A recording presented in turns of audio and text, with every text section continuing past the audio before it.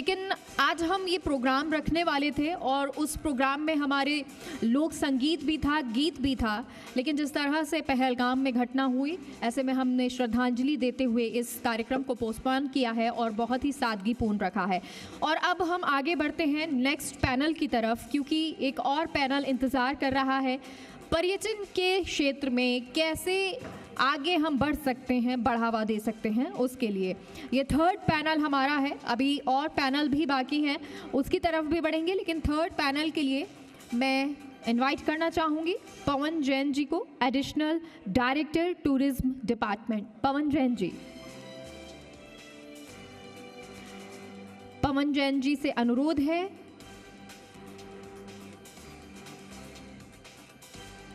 Sir मंच पर पधारें। और देखिए नेक्स्ट हमारे पैनलिस्ट हैं सुरेंद्र सिंह शाहपुरा जी, MDS शाहपुरा होटल। सर से भी अनुरोध है आप भी पधारें। और सर आप, पवन जी सर अनुरोध है कृपया फर्स्ट चेयर जी। नेक्स्ट सुरेंद्र सिंह शाहपुरा जी। महेंद्र सिंह जी, प्रेसिडेंट राठौर। महेंद्र जी कृपया आप भी पधारें। और इसी टूरिज्म को और बेहतर करने के लिए, जैसा रवि जैन जी ने एक संदेश भी दिया और उसके माध्यम से कहा भी कि इसे बेहतर करने की ज़रूरत है, आप सभी लोगों के सुझाव का स्वागत रहेगा। अगले हमारे पैनलिस्ट हैं KL Jain ji, president Rajasthan chamber of commerce and industry. KL Jain ji कृपया आप भी पधारें। अभिषेक मिश्रा जी, को कन्वीनर CII। सर आप भी मंच की तरफ पधारें। और आप सभी लोगों से भी अगले पैनल के तहत डिस्कशन हम ये करेंगे कि आखिर कैसे हम और टूरिज्म को बढ़ावा दे सकते हैं। ये डिस्कशन इसलिए भी क्योंकि देखिए जितने आप सभी लोग जुड़ रहे हैं वो अपना अलग अलग अनुभव रखते हैं और उस अनुभव को आज जी मीडिया, जी राजस्थान और वियॉन के माध्यम से हम साझा कर रहे हैं। तो नेक्स्ट पैनल की शुरुआत करते हैं।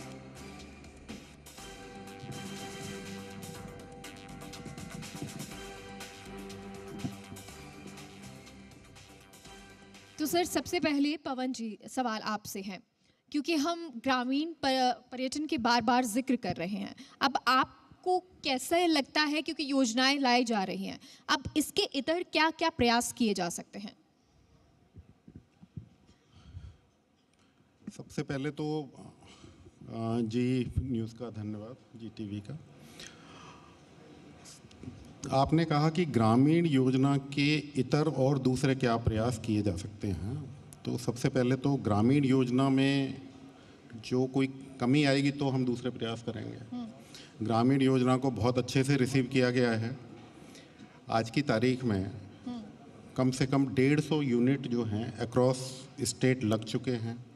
सबसे बड़ी चीज़ ये है कि आपको ग्रामीण योजना में आपके अपने एग्रीकल्चर जो फील्ड है उस पे ही आपको 10% ग्राउंड कवरेज पे सरकार ने आपको G+1 बनाने की अनुमति दे दी है और आप उस पे अपना यूनिट चला सकते हैं। छोटे जो किसान हैं उनको भी लाभ देने के लिए उसकी जो मिनिमम जो लिमिट है एग्रीकल्चर फील्ड की वो 2000 स्क्वायर मीटर यानी कि 1 बीघा रखी गई है। तो सब तरह के जो अपने जो भी लोग जिसके पास जितनी ज़मीन है एग्रीकल्चर फील्ड में वो अपना यूनिट चला सकता है। कई आपने देखे होंगे कि जैसे आप कभी दिल्ली के रूट पे जाएंगे तो आपको रास्ते में अलवर, खैरथल और इधर जो है खेत हैं, वहाँ पे कईयों के अपने मकान जैसे बने हुए हैं रहने के लिए, तो उसमें वो जाके मतलब अपना टूरिज़्म यूनिट चालू कर सकते हैं। उनको कोई फॉर्मेलिटीज़ की ज़रूरत नहीं है, केवल एक पर्यटन विभाग का जो भी पर्यटक स्वागत केंद्र है, एक हमारे ऑफिसेज होते हैं पूरे राजस्थान में 15 जगह हैं, उनमें आपको केवल रजिस्ट्रेशन कराना है और आप अपना यूनिट शुरू कर सकते हैं। एक फूड का जो FSSAI का जो लाइसेंस होता है वो लेना होता है उसको, और दे कैन स्टार्ट। तो इतना सिंप्लीफाइड वर्जन है टूरिज़्म यूनिट चलाने का, शायद ही किसी दूसरे स्टेट में हो।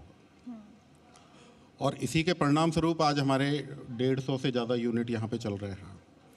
इसके अलावा ग्रामीण क्षेत्रों में और भी हमारे जैसे बहुत सारे जो विकास के भी काम हमारे चलते रहते हैं, डेवलपमेंट वर्क्स चल रहे हैं। तो अभी कोई रूरल एरिया में कोई ऐसी हमें कोई समस्या या प्राइवेट निवेशकों को कोई ऐसी समस्या नहीं आ रही है।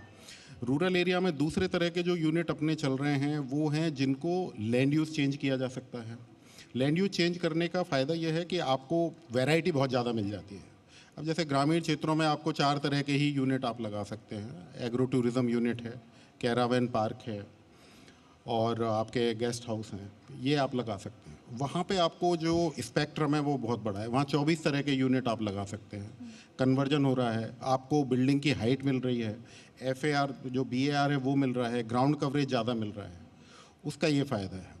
एग्रो टूरिज़्म जो रूरल ग्रामीण वाला जो ग्रामीण इकाइयाँ हैं उनमें यह है कि आपको जिस दिन मन करे आप खेती करने में आ जाओ, आपको नहीं लग रहा है सूटेबल, वापस खेती कर लो। तो उसमें बहुत ज़्यादा फ्लेक्सिबिलिटी रखी गई है। तो अगर कोई ऐसी इशू आएगा तो डेफिनेटली हम एड्रेस करेंगे। हमारा सबसे बड़ा काम यही रहता है कि कोई भी जो स्कीम या पॉलिसी बने वो सबसे पहले जो स्टेक होल्डर्स हैं उनकी कंसेंट उसमें आनी चाहिए।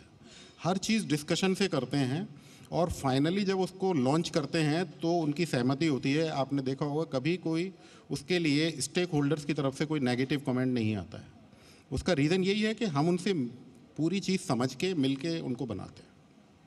बिल्कुल। और देखिए, जब आज हम ये चर्चा कर रहे हैं, हाल ही में जैसे पहलगाम में घटना हुई, एक तरह से वो भी वह पर्यटन क्षेत्र था और वहाँ आतंकी पहुँचते हैं, तो उस पर उसको जोड़ते हुए एक सवाल मैं ज़रूर करना चाहूँगी और आप सभी से वो सवाल रहेगा। सुरेंद्र जी, सवाल आपसे, क्योंकि एक तो सुरक्षा को लेकर आप क्या देखते हैं? पर्यटन को बढ़ावा देना ज़रूरी है, लेकिन सुरक्षा कितना उसके साथ ज़रूरी है और किस तरह इसको बढ़ावा दिया जा सकता है? नहीं, सुरक्षा हमेशा से चौकन्नी रही है। सुरक्षा में कभी भी ना तो हमारे राज्य का ना हमारे देश में कभी भी सुरक्षा में किसी प्रकार की कोई फेलियर इन सिक्योरिटी कभी नहीं हुई है। हाँ, जो ये हादसे हो रहे हैं, जो ये हादसे कर रहे हैं, उनकी जो कामयाबी है वो कहीं ना कहीं जो हमारे स्थानीय लोग हैं उनको खुद स्वयं को इस चीज़ के अंदर चौकन्ना होना पड़ेगा। हमारा पड़ोसी कौन है? जो अभी हम बात कर रहे थे विदेश की, हम बात कर रहे थे बाकू की, USA की, थाईलैंड की। जनाब, ये राजस्थान है, ये हिंदुस्तान है। यहाँ पे हर मौसम है, यहाँ पे हर संस्कृति है। हमारे बुज़ुर्गों ने, हमारे बड़ों ने यहाँ पे इस संस्कृति को संजोने के लिए पसीने की जगह अपना खून बहाया है। इसलिए हम किसी भी देश से इस देश को पहले तो कंपेयर करें ही नहीं। सारे मौसम है आपके पास, आनंद लीजिए। गर्मी में शादी नहीं हो सकती, नहीं हो सकती। जरूरी थोड़ी है कि मौसम बदल दिया जाएगा। अगर आप बाकू जाके शादी करना चाहते हैं, थाईलैंड जाके शादी करना चाहते हैं, अभी एक पैनलिस्ट फरमा रहे थे कि समय की पाबंदी होनी चाहिए। यहाँ आते हैं हिंदुस्तानी जो बाहर से हैं, यहाँ रात को आके एंजॉय करते हैं, जो मनोरंजन उनको करना है करते हैं। तो मैं पूछना चाहूँगा वेडिंग प्लानर से कि क्या इतनी मौज मस्ती जो ये विदेश जाके बाकू में या इटली में करते हैं, क्या इतनी मौज मस्ती वो कर सकते हैं जितनी वो हमारे हिंदुस्तान में, राजस्थान में करते हैं? बिल्कुल नहीं कर सकते साहब। वहाँ के नियम कानून कायदे पे इतनी पाबंदी है कि वो कर नहीं सकते। आज जो हमारे इस राज्य के अंदर जो आपने स्लोगन रखा है, पधारो हमारे देश, ये अपने आप में बहुत बड़ी चीज़ है। हम आने वाले अतिथि को पूर्ण रूप से सहयोग देते हैं, चाहे हम उसको नहीं भी जानते। और आज जो आपने ये देखा है पहलगाम के अंदर हुआ है, ये इसलिए हुआ है कि जो हमारी भक्ति है, जिस तरीके से हम लोगों को इनवाइट करते हैं, जिस तरीके से हम आगे जाके उनको कंफर्टेबल करते हैं, कहीं ना कहीं ये गलत लोग उसका हमारे से, हमारी अच्छाई का फ़ायदा उठा लेते हैं। इसलिए समय आ गया है कि हमें चौकन्ने रहना चाहिए और अपने देश को, अपनी सुरक्षा को, हमारी भी जिम्मेदारी है। ये केवल सरकार की जिम्मेदारी नहीं है। जब प्रशासन हमें कहता है कि आप आइडेंटिफाई करिए आपके यहाँ पे कितने स्टाफ है, हम होटल वालों को बोलते हैं, हमें भी कभी कभी बड़ा ख़राब लगता है कि क्या ये पेपर वर्क हो गया। नहीं, हमें रियलाइज करना पड़ेगा, वी आर रिस्पॉन्सिबल।